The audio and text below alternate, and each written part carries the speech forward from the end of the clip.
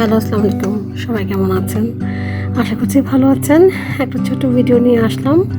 শীতের স্যুপ বানাবো, vegetable soup. সবাই হয়তো বা খান, এটা খুব মজা করে। শীতের দিনে অবশ্যই স্যুপটা খেতে খুব ভালো লাগে। ম্যাগি স্যুপ দিয়েই করি। এটা চিকেন কর্ন অথবা থাই স্যুপ যেটা হয় সেই প্যাকেটটা দিয়েই করি। আর সাথে ভেজিটেবল দিব। আমি অবশ্য চিকেনও দিই, কিন্তু আজকে আর চিকেন দিব না। আজকে জাস্ট ভেজিটেবল দিয়েই করব। ফুলকপি আর গাজর। ফুলকপি আর গাজর দিয়ে করলে খুব মজা লাগে। আমার বাসায় স্পেশালি এটা খুব মজা করেই খায়। তো স্যুপ নিয়ে নিলাম। কর্ন স্যুপটা নিয়েছি, আর আগের একটু নর স্যুপ ছিল, দুটাই মিক্সড করে দিয়েছি। এই যে দেখেন, স্যুপের প্যাকেটটা নিয়ে নিয়েছি। আর এখন স্যুপটা তো আগে একটু ঠান্ডা পানি দিয়ে আগে স্যুপটাকে মিশিয়ে নিতে হয়, তারপরে চুলায় দিলাম। আর আমি একটু নুডলসও দিই। হ্যাঁ, নুডলস দিলে ভালো লাগে। একটু নুডলস। আর আপনারা কি খেয়েছেন আমি জানি না। আগে রমনা পার্কে একটা রেস্টুরেন্ট ছিল, এখন আছে কি না I am not sure. Ramna পার্কে একটা রেস্টুরেন্ট ছিল, সেখানে এরকম ভেজিটেবল স্যুপ করতো, নুডলস দিয়ে, চিকেন দিয়ে, শ্রিম্প দিয়ে। অনেক মজা, ওটা খুবই মজা লাগতো। একসাথে সব কিছু, নুডলসও থাকতো, তারপরে ভেজিটেবল থাকতো, চিকেন, শ্রিম্প, খুব মজা লাগতো। তো আমি প্রায় সময় ওটা করি। আজকে আর ওভাবে করব না, আজকে জাস্ট ফুলকপি আর গাজর দিয়েই করবো, এটাও ভাল লাগে। তো এই যে ফুলকপি আর গাজর নিয়ে নিলাম। এটা স্যুপটা আগে একটু বয়েল করে নিচ্ছি। স্যুপের যেই লাম্পসটা যদি না থাকে, এরকম করে স্যুপটা বয়েল করে নিয়ে তারপর ফুলকপি আর গাজরটা দিয়ে দিলাম। আর অবশ্যই ফুলকপিটা দেওয়ার সময় একটু চেক করে নেবেন যে ফুলকপিতে তো এখন ফুলটা ফুটে গেছে, তো পোকা হওয়ার সম্ভাবনা খুব বেশি। যাতে পোকা না থাকে ওটা একটু চেক করে নেবেন। তো আমি ওইভাবেই চেক করে দিচ্ছি। আর ভিডিওটা আমার মেয়ে শ্যুট করছে।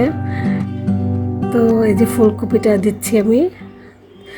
আর পাশে আবার করব একটু। এখন ভিডিওটা প্রতিদিন দেওয়ার খুব চেষ্টা করছি, যে ডেইলি হাউসহোল্ড কাজগুলো বা রুটিন, নাইট রুটিন বা মর্নিং রুটিন।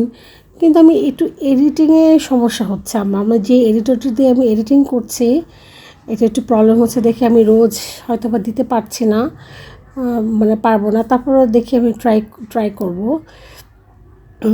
তো ফাঁকে দিয়ে একটু বলে রেখি, প্লিজ আপনারা আমাকে একটু লাইক, শেয়ার, কমেন্ট করেন, আমাকে একটু সাবস্ক্রাইব করেন, একটু মোটিভেট করেন প্লিজ। তাহলে তো আমি মানে মোটিভেশনটা পেলে আমার আরও ইচ্ছা করবে করতে।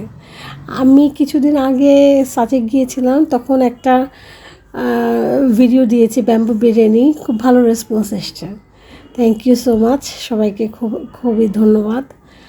তো সাথে আমি আবার একটু ওই যে চুই সেমাই বলে না, ওই চুই সেমাইয়ের একটু গুড় দিয়ে একটা সেমাই রান্না করব। এটা আবার খেজুরের গুড় দিয়ে খেতে ভালো লাগে। তো অল্প করে একটু চুই সেমাই নিয়ে নিয়েছি। আর চুই সেমাইটা তো খান মনে হয় সবাই, মোরলেস।